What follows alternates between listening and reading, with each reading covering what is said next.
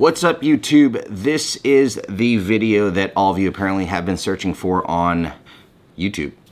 And that is the BMP-CC 4K versus the red. In this case, this is a Dragon Sensor scarlet-w 5K. We also did one better for you, and we shot a UMP side-by-side as well. Our UMP currently only exists right here as a viewfinder because the camera itself is with Blackmagic. It is in an RMA for an SDI input issue. So in this video, it's not a scientific test. We essentially took them out there and we shot them in a situation and pushed them to their limits. We tried to keep everything at the same ISO, white balance, which was at 5600, f-stop, shutter speed. But in many cases, there was not enough lighting. Maybe things were overexposed, and we actually wanted to, push these cameras and see what they could do.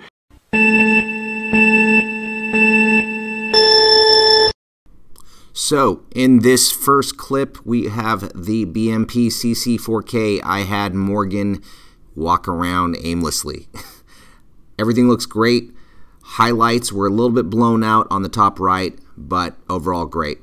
This is the UMP. Now, in the same image, what I did notice was as Morgan was walking around, on the top right where you have the leaves, you see a little bit more of the dynamic range. You see a little bit more detail in those highlights that were blown out. In this third take, we use the red. As you can tell, it is a lot more saturated. Obviously, you can change the color profiles, but this is the standard one that we would use. I've noticed, as I think Morgan is a little confused in this shot, she hasn't walked out yet, but there is a lot more dynamic range on the top right. Those leaves had a lot more detail in those highlights. That's one thing I noticed in this shot. So, same thing in this shot, just sort of an outdoor short clip, and this is the BMP-CC 4K. Everything looks incredible, great highlight retention. We have the UMP up next. These are easily matched. Thank you, Stitch, my dog in the background hanging out. We see a little bit more dynamic range in her sleeves, that white shirt, you can see some detail in it. And of course, with the red, it goes a little bit further, one more step. If you look at Morgan's blonde hair, you can notice that even though it's blown out, you see detail. So what we did in this next section is we shot a few scenes side by side with all three cameras. We shot them at all the same exposures. So that includes everything from the white balance to the shutter angle to the aperture, etc. And we pushed them to their limits. So we underexposed certain scenes, we overexposed other ones. We shot some stuff that was a little bit more low light, and we had a lot of mixed lighting situations. So normally in something like this, the cameras would really be pressured to perform at their best, and it puts them in situations that aren't normal. These are not situations that you would have a camera in on set if you're, directing or producing a feature, because you would have a DP or you'd have someone that knew to not put them in this type of setting. But we did it because it's a lot of fun, and we want to see what these cameras can do. So afterwards, I'm going to tell you what I thought about it, and also sort of what we were doing as we were doing it, and then I'll give a synopsis as well. So check this out.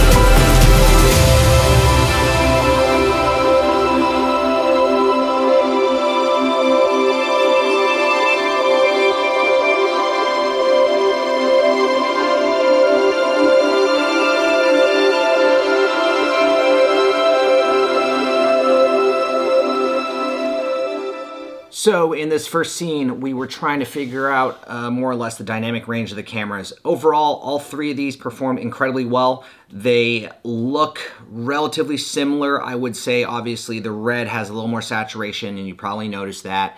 But otherwise, you know, the BMP-CC having, you know, around 3 or 4 less stops, according to the manufacturer, actually did really well. Everything in the shadow detail on the leaves near the sky and the sky itself, you can still see a little bit of the partial cloudiness.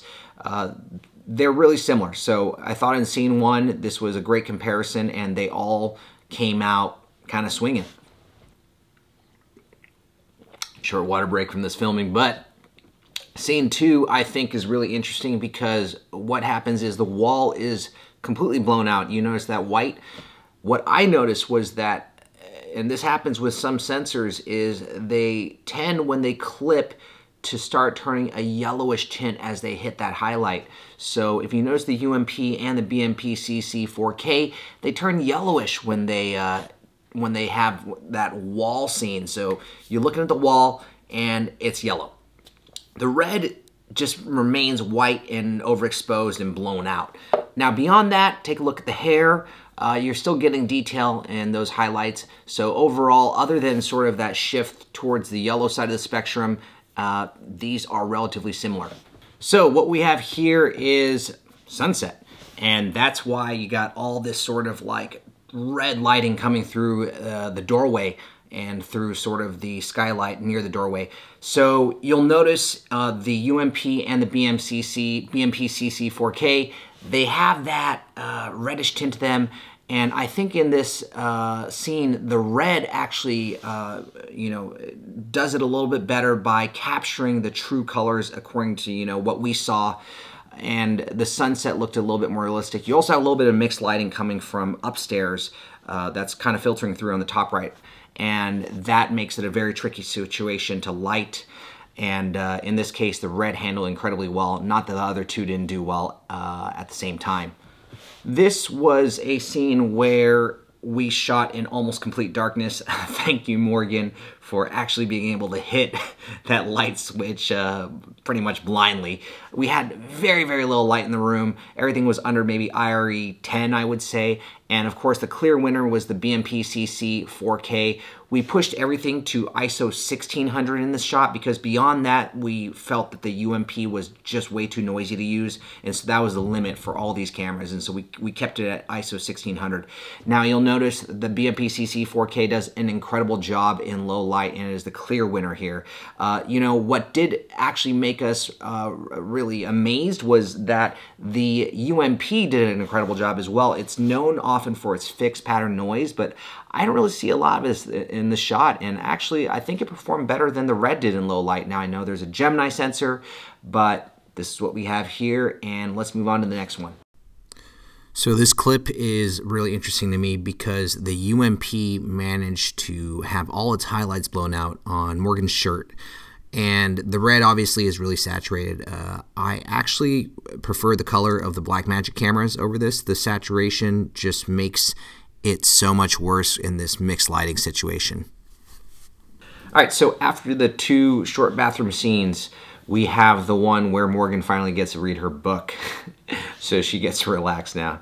Now, I really love this because it shows a lot of things at once. It shows the dynamic range abilities of the camera. It also just shows the color of the different cameras.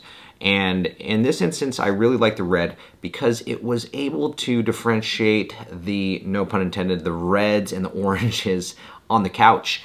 And it just gave a better representation of what we were seeing in real life, of what the couch and the pillows look like. So I think the red definitely won when it came to this scene. In terms of dynamic range, they're all really, really similar, truthfully. And if you're trying to capture beyond these stops, then you're not controlling your scene properly either way. Let's go to the last scene. So for this last section, I actually took the raw, unedited screen grabs to show you all what they look like. The first one is the Pocket Cinema camera, the second one is from the Ursa Mini Pro, and third one is from the Red. The one thing that really jumped out at me was actually that the Pocket Cinema camera did look a little bit more digital, a little less like film when it came to the skin tones. Now, at this point, we're just nitpicking because all three look incredible. But, you know, if you were to make a judgment, that's the small, minute differences that I see. All right. Well, I hope you all enjoyed that. So that was not a scientific test by any means, and we totally understand that. It was quick and dirty, and it was comparison that we thought would be kind of fun, where we just took those cameras that we use for our show, Budget or Baller, and just, you know, threw them in these compromising situations. All of them are incredible. My takeaway is for the price, the pocket cinema camera, even after about $1,000 of accessories, is still really this great deal and allows everyone to create some incredible images. It's allowed us to be able to travel and shoot our show in a way that we haven't been able to do before, and at a great price for, you know, a B cam or even a C cam.